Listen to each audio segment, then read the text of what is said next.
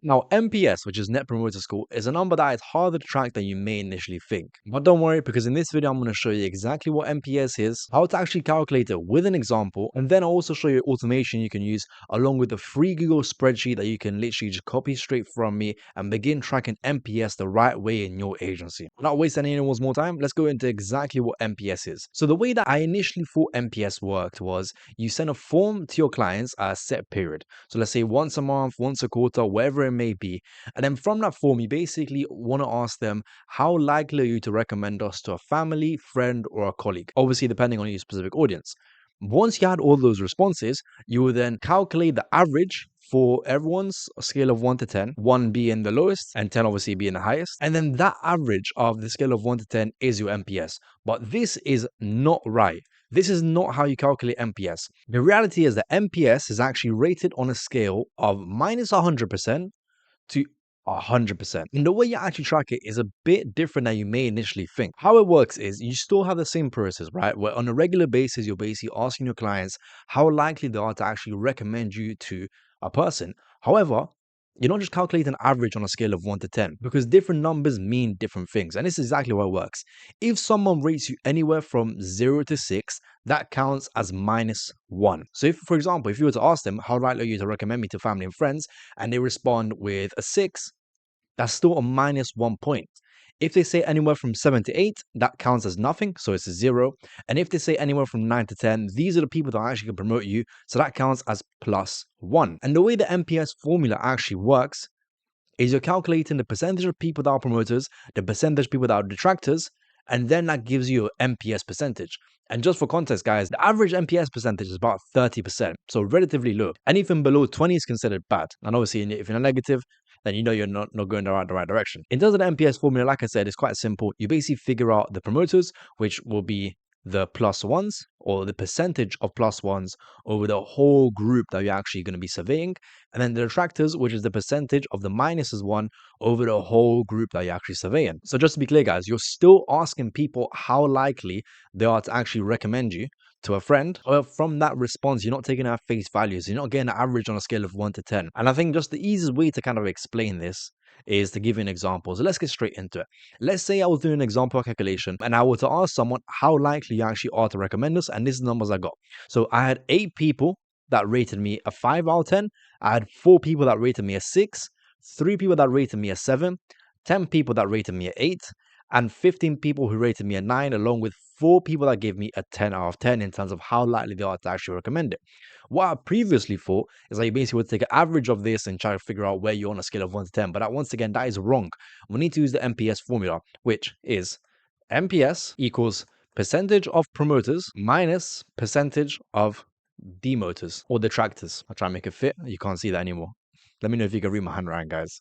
So if I were to go through this example right now, we can actually make this work. So the first thing I want to do is basically figure out how many people are detractors, how many people are passives, and how many people are promoters. And to figure that out, we can use this nice little graph that we have over here. Because remember, anyone who scores from 0 to 6 is a detractor, that's minus 1. Anyone who's 7 to 8 is a passive, and anyone who's a promoter, which is 9 to 10, counts as plus 1. So here we can figure out who's passive and who's not. So I'm going to write down the numbers down. In terms of detractors, which is anyone from 0 to 6, we have 8 people, we have 4 people, and that's pretty much it.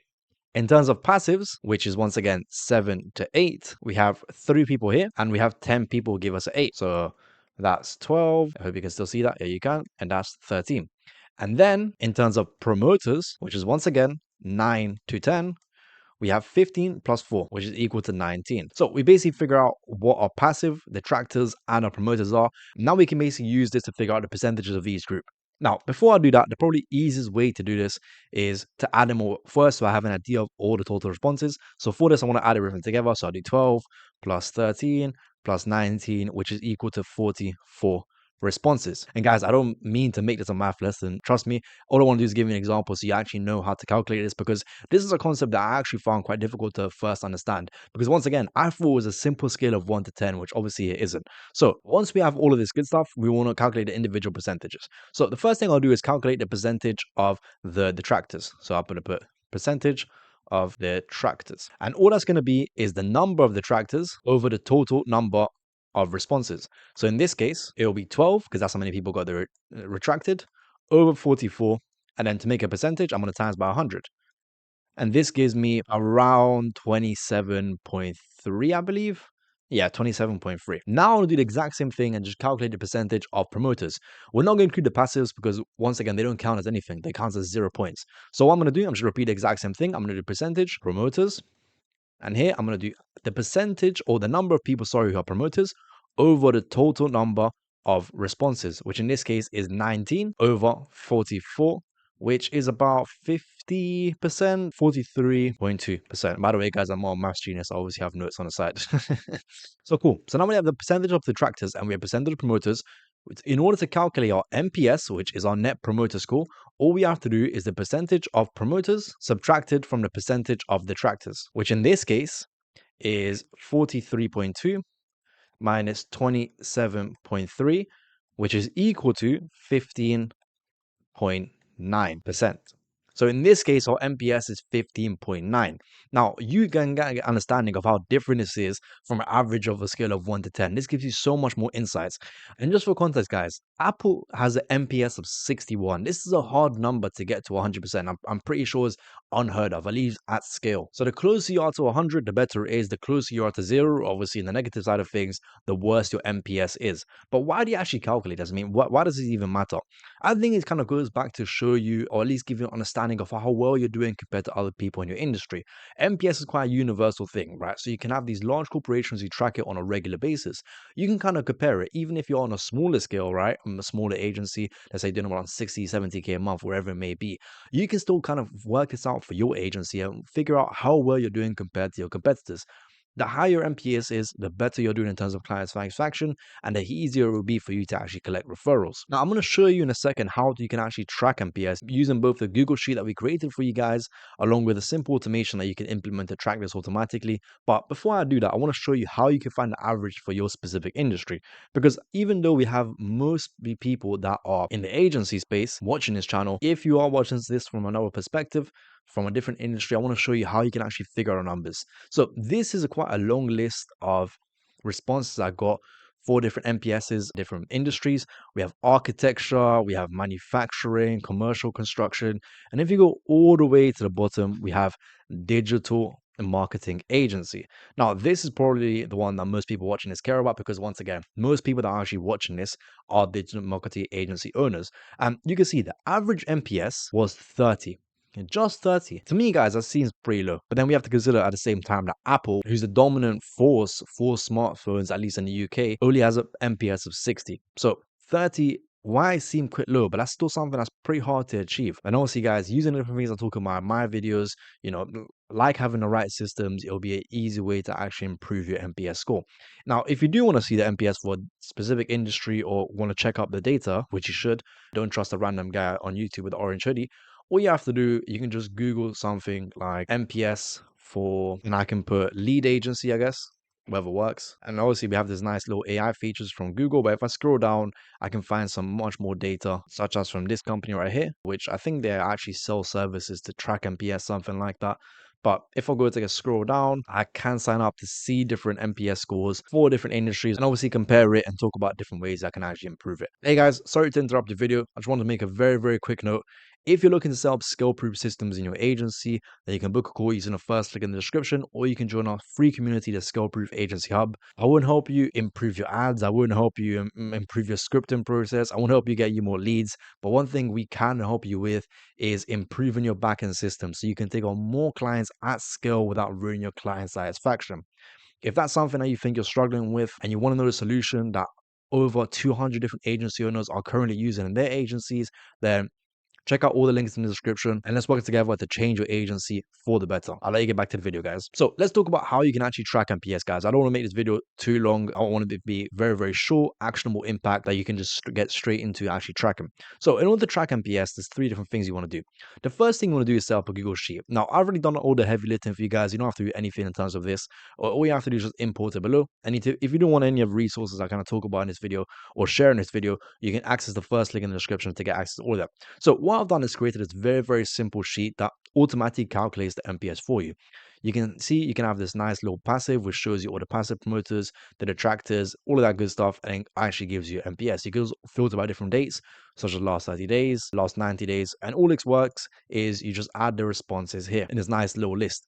And you're going to see how this ties into the automation side of things in a second. And matter of fact, let me move myself out of the way so you guys can actually see. We have this nice little list of all the different scores. And the aim is that you, over time, you kind of fill this up more and more and more with actual records. And you'll be able to go to the NPS summary page and filter by specific dates. For example, last 30 days, last 90 days, last 6 months, and get your NPS score. Now, this is nothing complicated. I mean, all I'm doing here is just having a couple of Google Sheet formulas.